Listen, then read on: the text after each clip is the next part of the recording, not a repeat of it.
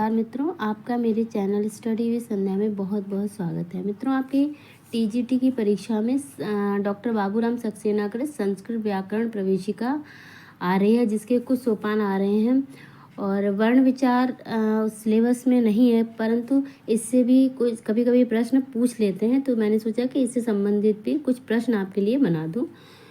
तो आज मैं इससे संबंधित आपके लिए कुछ प्रश्नोत्तर लेकर आई हूँ।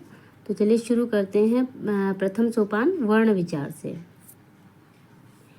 पहला प्रश्न है, डॉक्टर बाबूराम सक्सेना की पुस्तक संस्कृत व्याकरण प्रवेशिका के आधार पर व्याकरण का क्या अर्थ है?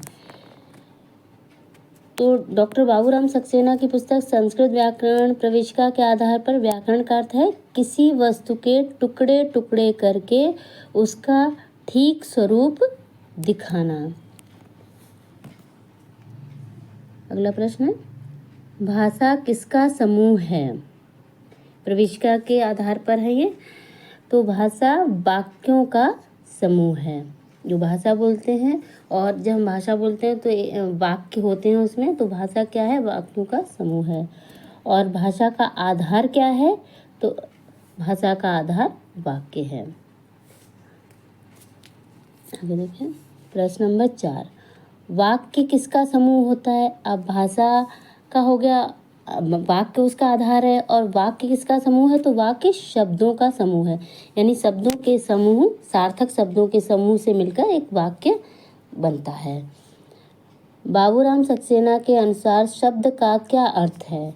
तो बाबूराम सक्सेना के अनुसार शब्द का अर्थ है अविनाशी। अविनाशी अर्थात जिसका कभी नाश ना हो, जो कभी नष्ट ना हो, उसको शब्द कहते हैं। पाणिनि के अनुसार कितने माहेश्वर सूत्र हैं? तो पाणिनि के अनुसार 14 माहेश्वर सूत्र हैं। पाणिनि के अनुसार 14 माहेश्वर सूत्र हैं। माहेश्वर सूत्र को किस अन्य नाम से भी जाना जाता है? तो माहेश्वर सूत्र को प्रत्याहार सूत्र भी कहते हैं।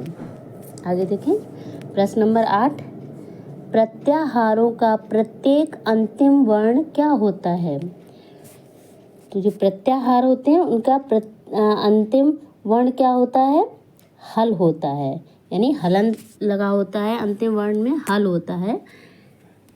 जैसे ड़, क, च, इसमें हलंत लगा देते हैं तो ये अंतिम वर्ण हल होता है। प्रत्याहार के अंतिम वर्ण हल क्या कहलाते हैं? जो प्रत्याहार के अंतिम वर्ण होते हैं वो क्या कहलाते हैं? हल क्या कहलाते हैं? हल को कहते हैं इत। इत संज्ञक वर्ण बोलते हैं उनको, इत, जैसे ड़, क इत्यादि। महर्षि पाणिनि के अनुसार प्रत्याहारों की संख्या कितनी है? तो महर्षि पाणिनि के अनुसार कितनी है? 42 है।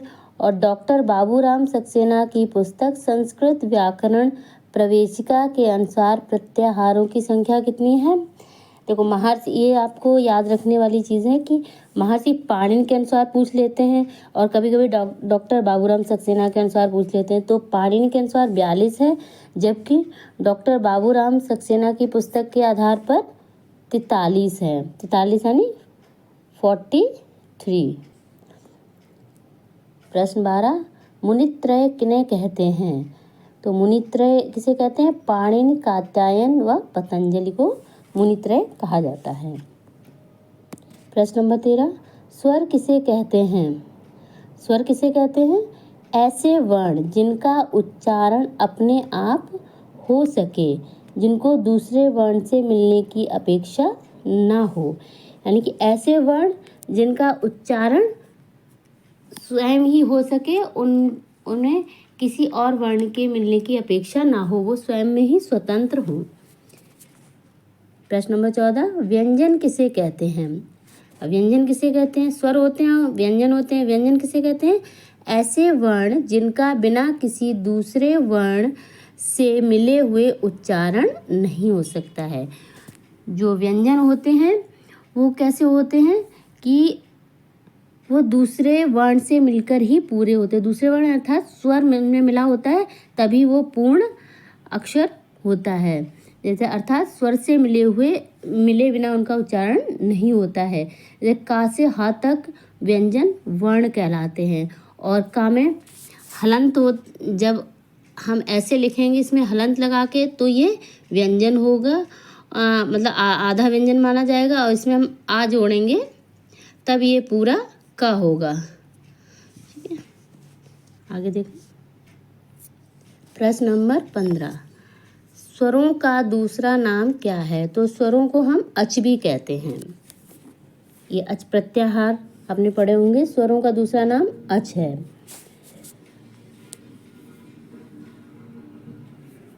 जो स्वर होते हैं, जैसे प्रथम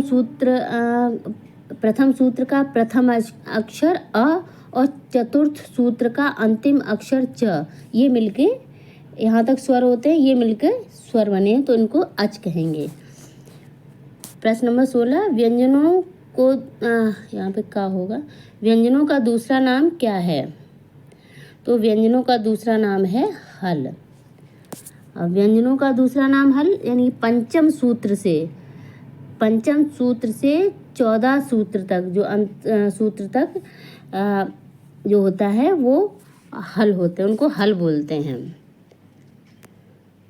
स्वर रहित व्यंजनों के नीचे लगी हुई तिरछी रेखा को क्या कहते हैं? जिनमें स्वर नहीं होता है, सिर्फ यानी कि वो व्यंजन होते हैं तो उनके नीचे हल लगा होता है, जैसे का है। अब का के नीचे तिरछी रेखा लगी है तो ये क्या है? इसको क्या बोलते हैं? हल चिन्ह। इसको हल चिन्ह बोलते हैं। उदित वर्ण कौन से हैं? तो उदित वर्ण हैं कु, चु, टु, तु, पु। उदित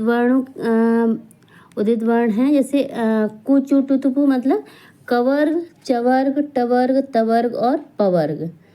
इन सब में पाँच अक्षर आते हैं तो इनको उदित वर्ण भी कहते हैं। आगे देखें प्रश्न नंबर 19, उदितों के पंचम वर्ण का उच्चारण स्थान क्या है? तो उदितों का जो पंचम वर्ण होता है यानी अंग, आ, वा, ड़, न, म, तो इनका उच्चारण स्थान क्या है? इनका उच्चारण स्थान है मुख और नासिका। मुख से बोले जाते हैं, आप उच्चारित करके देख सकते हैं। मुख और नासिका से इनका उच्चारण होता है। इन पंचम वर्णों को क्या कहते हैं? ये जो 5 वर्ण होते हैं अंग, वा, ड़, न, म, तो इनको क्या कहते हैं? इनको अनुनासिक कहते हैं, जो मुख और नासिका से उच्चारित होते हैं। स्वर कितने प्रकार के होते हैं? तो स्वर 3 प्रकार के होते हैं, ह्रस्व, दीर्घ और प्लुत।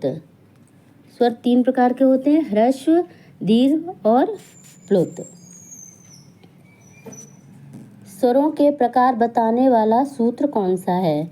अब इसका सूत्र कौन सा है जिसमें ह्रस्व, दीर्घ और प्लुत पता चलता है? उ कालो अज ह्रस्व दीर्घ प्लुतः। ये सूत्र याद कर लें तो आपको स्वर कितने प्रकार के होते हैं याद रह जाएगा। आगे देखें, ह्रस्व स्वर के उच्चारण में कितनी मात्राओं का समय लगता है? जो ह्रस्व होता है यानी इसको छोटा कहते हैं, तो ह्रस्व स्वर के उच्चारण में कितनी मात्राओं का समय लगता है? 1 मात्रा का समय, जैसे अ।